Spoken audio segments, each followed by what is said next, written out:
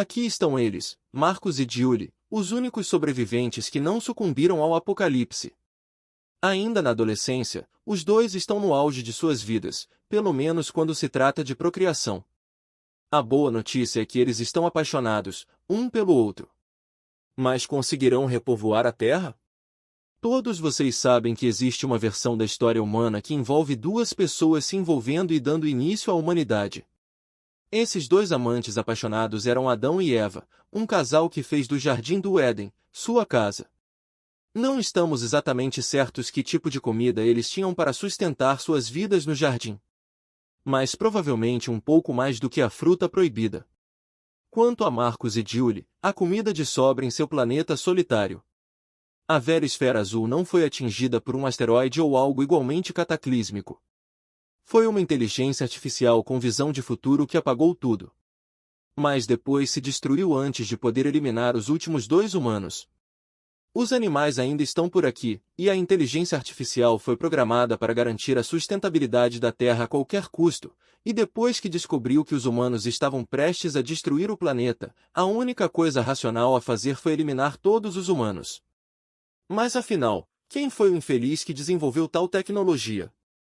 Brincadeiras à parte, vamos continuar. Mas antes de começar o vídeo, não se esqueça de se inscrever no canal, ativar o sininho e lascar aquele grande like. Então bora pro vídeo.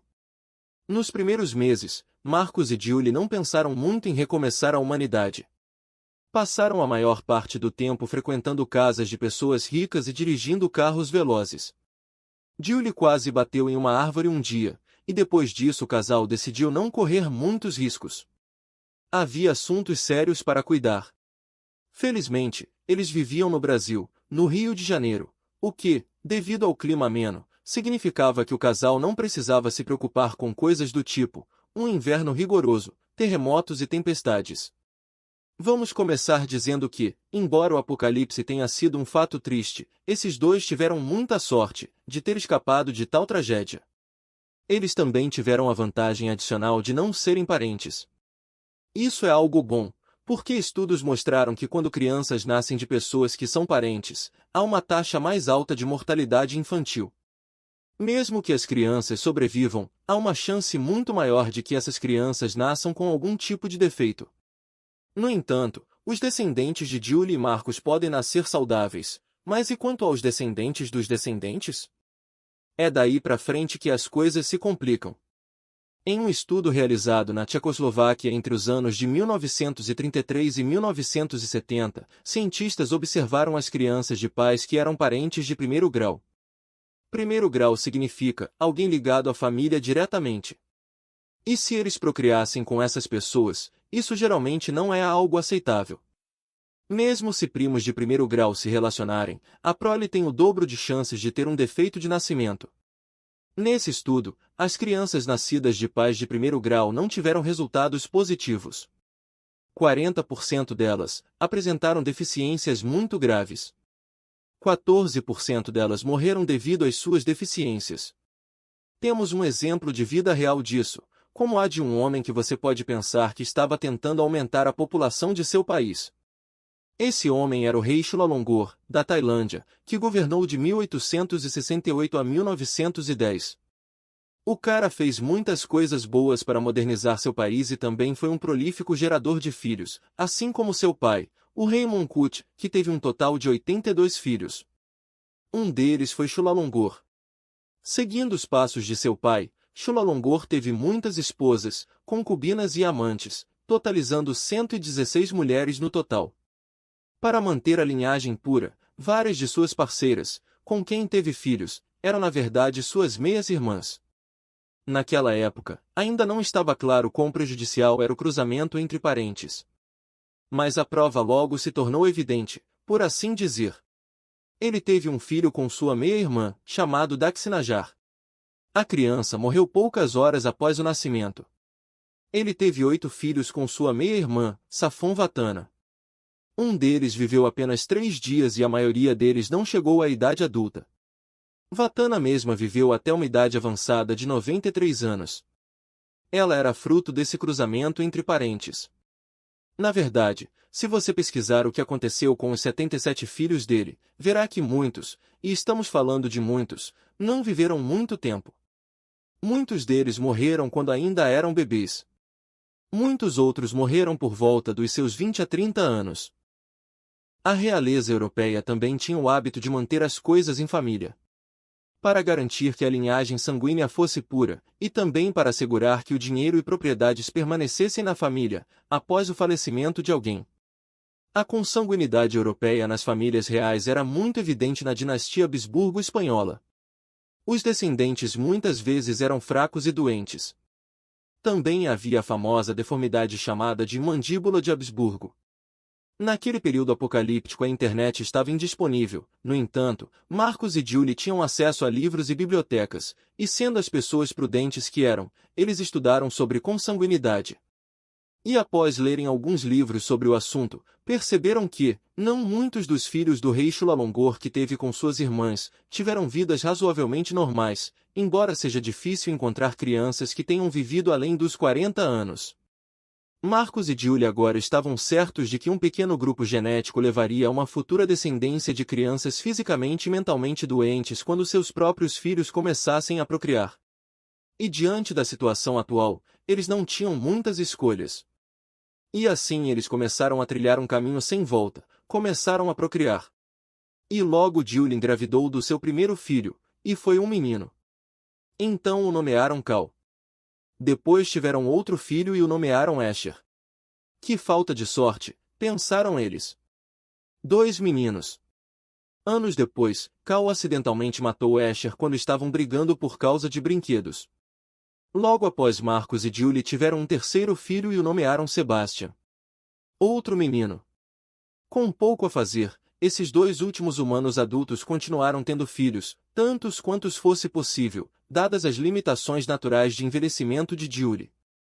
As crianças, em sua totalidade, cresceram bem, mas os filhos das crianças eram uma questão completamente diferente. Agora, vamos explicar algo antes de chegarmos ao estranho caso de uma família extensa.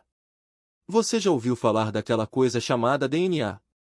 Enquanto ele está embalado em seus 23 pares de cromossomos, dentro de cada cromossomo existem centenas de milhares de genes. São essas coisas que determinarão características humanas, como a cor do cabelo, cor dos olhos, mas alguns deles também são prejudiciais, e às vezes, literalmente. Cada gene tem um par de cópias, chamadas alelos. Quando 2 pessoas têm um filho, eles passam um par de alelos para a criança. Existem genes dominantes e recessivos também. Se um par de genes for dominante, você terá uma característica desse gene quando ele for passado para você. Com os genes recessivos, é diferente porque você precisa de ambos os pares de genes, para adquirir a característica. Por exemplo, o gene para olhos castanhos é dominante, então se você o receber, terá olhos castanhos. Mas para olhos azuis, é diferente porque esse gene é recessivo. Você precisa de ambos os genes recessivos para ter olhos azuis. Nesse caso, ambos os seus pais passaram genes de olhos azuis. Mas se um dos seus pais tivesse o gene de olhos castanhos, você teria olhos castanhos. Importante saber que nem todas as crianças recebem o mesmo DNA de seus pais, a menos que sejam gêmeos. Você recebe 50% do seu DNA de ambos os pais, totalizando 100%. Agora, imagine que o DNA, digamos, da sua mãe, fosse metade de um baralho de cartas. Quando a próxima criança nasce, esse baralho é embaralhado, então a próxima criança não recebe o mesmo DNA com todos os mesmos genes. Mas se houver muitas crianças e você continuar embaralhando o baralho, em algum momento alguns conjuntos de genes parecerão semelhantes aos de outra criança. Isso é importante saber enquanto seguimos com a história de Marcos e Julie. A boa notícia é que muitas características defeituosas são carregadas em genes recessivos. Isso é ótimo porque elas não são muito comuns, e para adquirir uma característica prejudicial, é preciso obter um par delas. Mas se seus pais são parentes, há mais chances de eles carregarem algum gene defeituoso, e, nesse caso, a criança pode obter um par deles, e uma coisa leva a outra, e logo uma criança nascerá com um queixo que parece uma bota velha. Em algum momento, mesmo com toda essa mistura, alguns genes ruins podem se combinar. Carlos II da Espanha, da dinastia Habsburgo, ficou famoso por seu queixo. Foram necessárias gerações de casamentos consanguíneos para que ele ficasse assim. Na verdade, ele nasceu com dezenas de defeitos e incapacidades que tornaram sua vida um inferno. Após muitos anos de sofrimento, ele morreu aos 38 anos. Apenas para lhe dar uma ideia do que pode dar errado, aqui está o relatório de sua autópsia. O coração era do tamanho de uma pimenta do reino. Seus pulmões estavam corroídos. Seus intestinos, podres e gangrenosos. Ele tinha um único testículo, e era negro como carvão, e seu crânio estava cheio de líquido. Quando Julie leu isso, ela desmaiou no local, apenas pensando nas futuras gerações de sua família. A primeira coisa que lhe veio à mente foi um neto seu, parecendo com um personagem de um filme que ela assistira quando criança, chamado O Vingador Tóxico. Mas um dia, enquanto lia outro livro, algo melhorou seu ânimo sombrio. Ela leu as linhas: a evidência dos efeitos a curto prazo da baixa diversidade genética é muito forte, mas todas essas coisas são probabilísticas. Qualquer coisa é possível. Você pode ter muita sorte jogando cartas. Julie tentou traduzir isso em termos simples e chegou à conclusão de que, se ela e Marcos tivessem filhos suficientes, e esses filhos tivessem filhos suficientes, então, apesar de haver muitos desafios, alguns desses filhos poderiam prosperar e o futuro da humanidade poderia estar garantido. Neste momento da história, o cabelo de Julie eventualmente ficou grisalho, e naquele momento, seu amado marido era um fazendeiro formidável. As coisas não pareciam tão ruins. Mas alguns dos netos dela tiveram vidas que eram, como um de seus escritores favoritos teria colocado, cruéis e curtas. Marcos e Julie tiveram 10 filhos e 18 filhas, um total de 28 filhos. Por sua vez, tiveram filhos entre si, porque era assim que as coisas tinham que ser.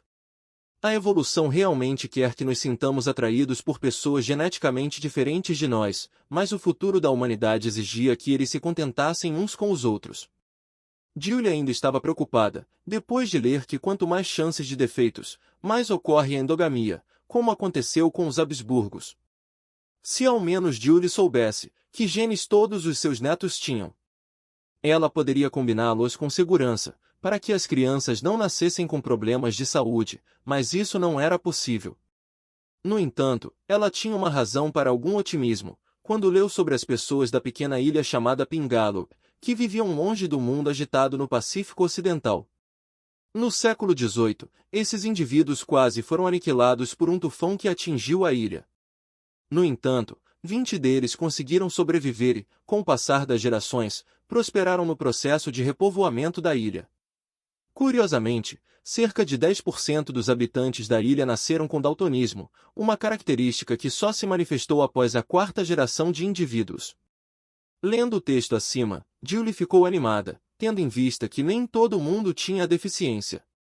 Ela estava lá com o livro na mão, e com uma de suas netas chorando em um berço próximo, ela repetia essas palavras em sua mente: qualquer coisa é possível, qualquer coisa é possível, nós vamos superar isso.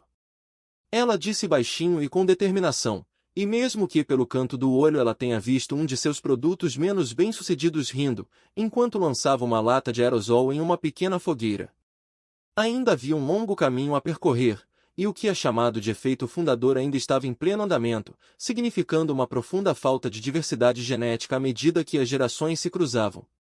Ainda assim, embora a família de Julie admitidamente parecesse muito semelhante, ela mantinha a esperança de que nas gerações futuras ocorressem mutações naturais e alguma diversidade surgisse. Marcos, naqueles dias, parecia estar apenas interessado em cuidar de suas plantas e gado, ele havia se tornado tão distante. Julie lia cada vez mais. De certa forma, eles formavam um casal perfeito, com ela sendo acadêmica e ele sendo tão habilidoso com as mãos. Um dia, Julie disse a Marcos que havia casos na história em que os animais provavelmente criaram populações inteiras após começarem como casais. Eles estavam comendo quando ela olhou para ele e gritou: ratos! O quê? Respondeu Marcos, se sentindo confuso. Ela lhe disse que um único par de ratos começou uma população em alguma ilha e os ratos prosperaram. Ele então lhe lançou um olhar familiar e disse: Não me diga que você leu isso em um daqueles documentos impressos daquele antigo site Quora. Julie ficou quieta e voltou para seu quarto, onde leu o documento impresso novamente. Estava escrito que os pombos na América do Norte originaram-se de apenas 60 indivíduos. Agora, há algumas centenas de milhões deles, a maioria dos quais é geneticamente quase idêntica. Isso parecia ser uma boa notícia, mas ela entendia que uma população pequena era diferente das duas últimas. Ela não conseguiu encontrar exemplos em seus livros de quando uma espécie animal chegou ao último par e depois recomeçou. Julie morreu primeiro. Ela tinha 90 anos. Marcus, com 89 anos, segurou a mão dela enquanto ela partia para o grande desconhecido. Ao lado dela estavam todos os seus filhos, netos e bisnetos. Um deles, conhecido como Pedro, fez com que ela se contorcesse de dor, momentos antes de falecer. A pobre criança havia colocado alguns pedaços de vidro quebrado em sua boca.